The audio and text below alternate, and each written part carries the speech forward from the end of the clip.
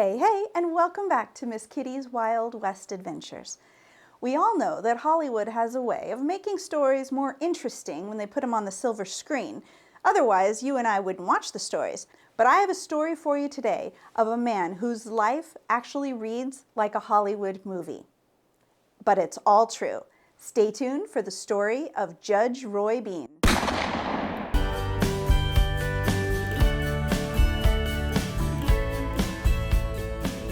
Welcome back.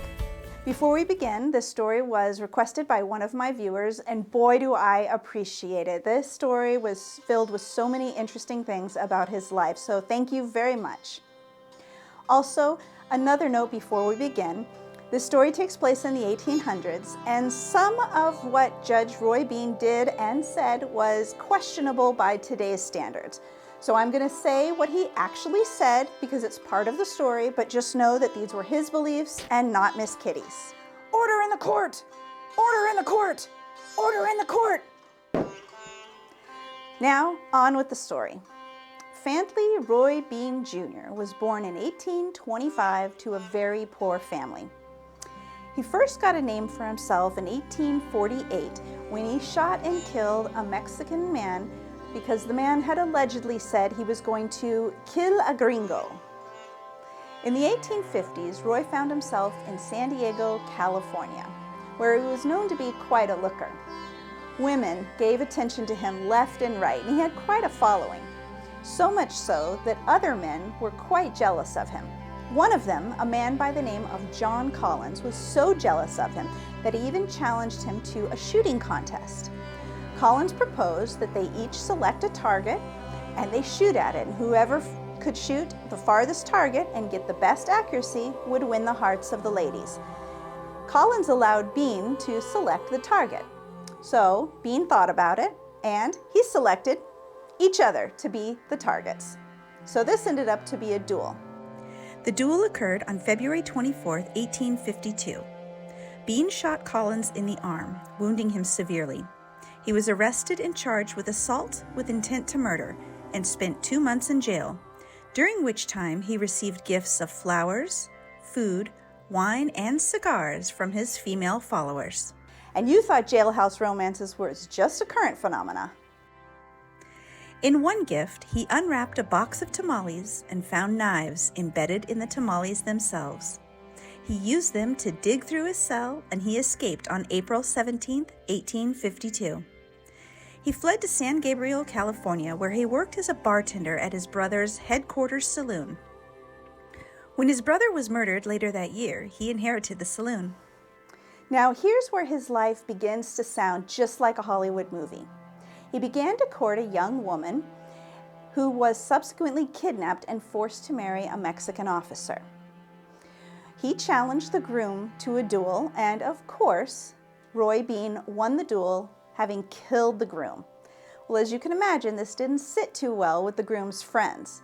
So 6 of them got together, tied a rope around Roy Bean's neck, strung him up from a tree, sat him on a horse, and then commanded the horse to take off, leaving Bean hanging from the tree. Until the bride, the young woman that he had been courting, snuck in from behind the tree and cut him down. While he didn't end up with the girl in the end, he did end up with a permanent rope burn and neck stiffness that persisted throughout his life. Over the next 20 years, he did various lucrative yet questionable enterprises.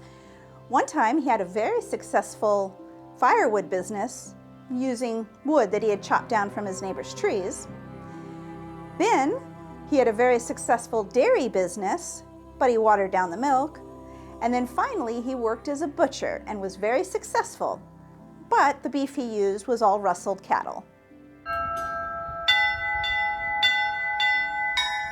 Hey, I hate to interrupt the story, but if you're liking this video, go ahead and give it a thumbs up and make sure you are subscribed to Miss Kitty's Wild West Adventures. He found himself in Texas, where he finally came into some good money and purchased a tent, some supplies, and 10 55-gallon barrels of whiskey, and opened a small saloon near the Pecos River in a tent city named Vinegaroon. No, not that Vinegaroon. That's better.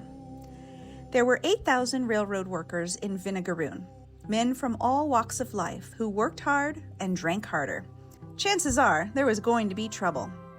The nearest court, however, was 120 miles away in Fort Stockton, so Texas Rangers asked that a local law jurisdiction be set up in Vinegaroon to try the smaller cases that didn't warrant a full trip to Fort Stockton.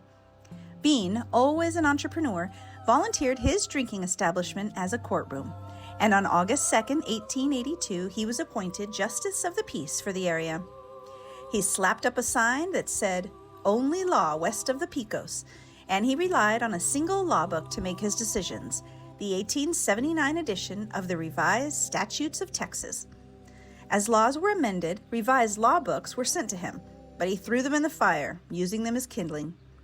The jurors were chosen from his best bar customers, and in his courtroom, whenever the court was in recess, the jurors were expected to buy a drink.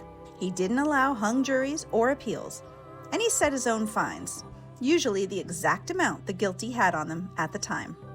Some of his more interesting rulings were quite unorthodox. One example is Paddy O'Rourke, obviously an Irishman, who was accused of murdering a Chinese man.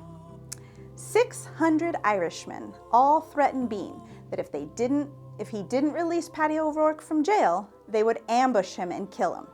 So Bean looked through his law book and determined, again in his words, that "I have found that murdering another human being is against the law. However, I can find no law against murdering a Chinaman."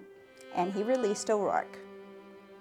Another instance is a Southern Pacific Railroad worker who fell accidentally to his death off of a bridge.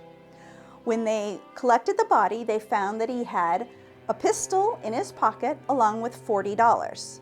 Judge Bean fined the man $40 posthumously for carrying a concealed weapon. Another instance was a man on a train who threw a $20 gold piece to Judge Bean for a 5-cent beer. Judge Bean refused to give him the change. When the passenger protested, Judge Bean finally relented, offered to give him the change, but then fined him $19.95 in contempt of court. "I'm holding you in contempt of court."